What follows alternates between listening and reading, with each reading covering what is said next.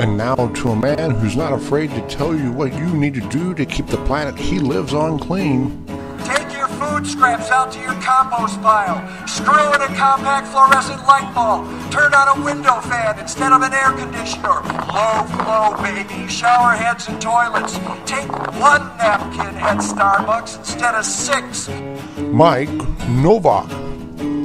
Welcome to another installment of the Wisconsin Vegetable Gardener Environmental Report. I'm Mike Nowak, and you might notice that, I'm a little nasally this week. I got struck down by Mother Nature in the form of a virus or bacterium. I'm a whole lot better. Thanks for asking. First, a follow-up to my last report about how seed-sharing libraries are under attack for apparently violating state seed laws. The problem is that those laws are meant to regulate commercial outfits, and seed libraries are anything but. I used as an example the Joseph T. Simpson Public Library's seed library in the town of Mechanicsburg, Pennsylvania, which was in danger of shutting down.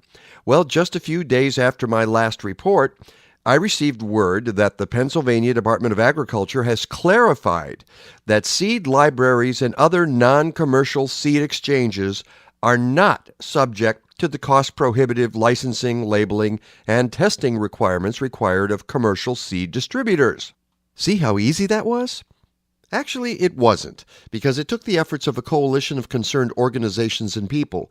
Keep an eye out for restrictive seed laws in your own state. Go to legalizeseeds.org to sign a petition to the directors of all 50 U.S. state departments of agriculture. The city of Chicago, Illinois, already the #1 most light-polluted city in the world, is getting ready to replace nearly all of the city's street, alley, and park lights with LEDs over the next 4 years.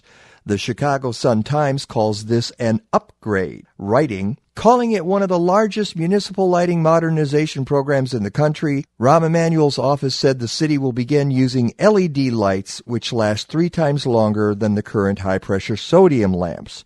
City Hall says it will be able to finance the program with the money it expects to save on electricity. Here's the problem. They're doing the same thing in Phoenix with this kind of result.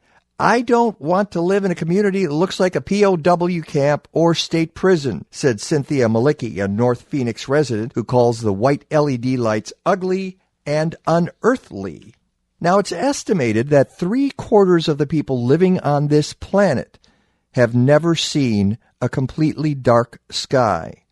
That's just one of the reasons that the Chicago Astronomical Society has launched a petition to get the city to change its lighting responsibly. Yes, LEDs will save money, but cheap isn't always best, especially when you consider that light pollution can have detrimental effects on human health, including increased risk of cancers, metabolic disease, obesity, depression, sleep disorders, cognitive impairments, and other diseases, suppression of melatonin production, which helps induce sleep, boosts the immune system, and helps the functioning of the thyroid, pancreas, ovaries, testes, and adrenal glands.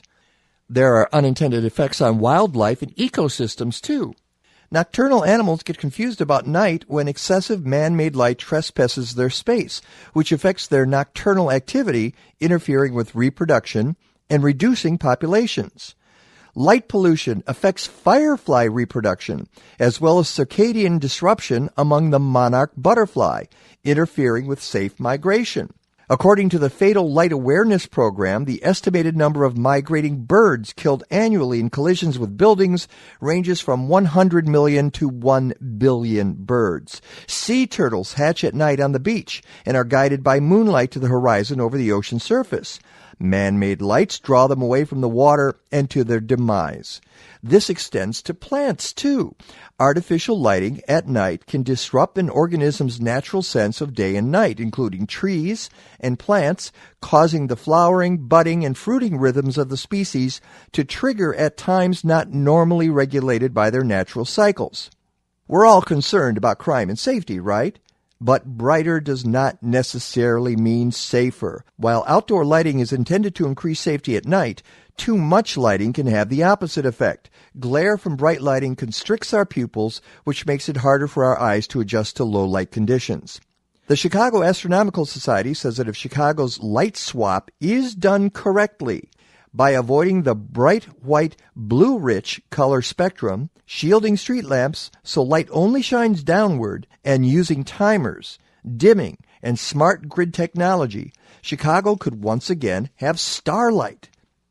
If done incorrectly, Chicago, which is already rated number 1, as I said before, could become 5 times brighter than it already is. Now, please note they say that they're not advocating for no lights. They're advocating for lighting that is responsible and no brighter than necessary, with a maximum correlated color temperature of 3000 Kelvin, and only pointing light on the ground where it is needed, never sideways or upwards, which can cause unnecessary sky glow. Wouldn't it be nice if our children and their children could have the opportunity to view the stars in the sky the way we and our parents did? We need to preserve that wonder of the universe to pass along to future generations before it's too late. That's it for today. I hope you catch the Mike Nowak Show on Q4 Radio, QUE4.org, which you can always link to at my website, MikeNovak.net. Go green or go home.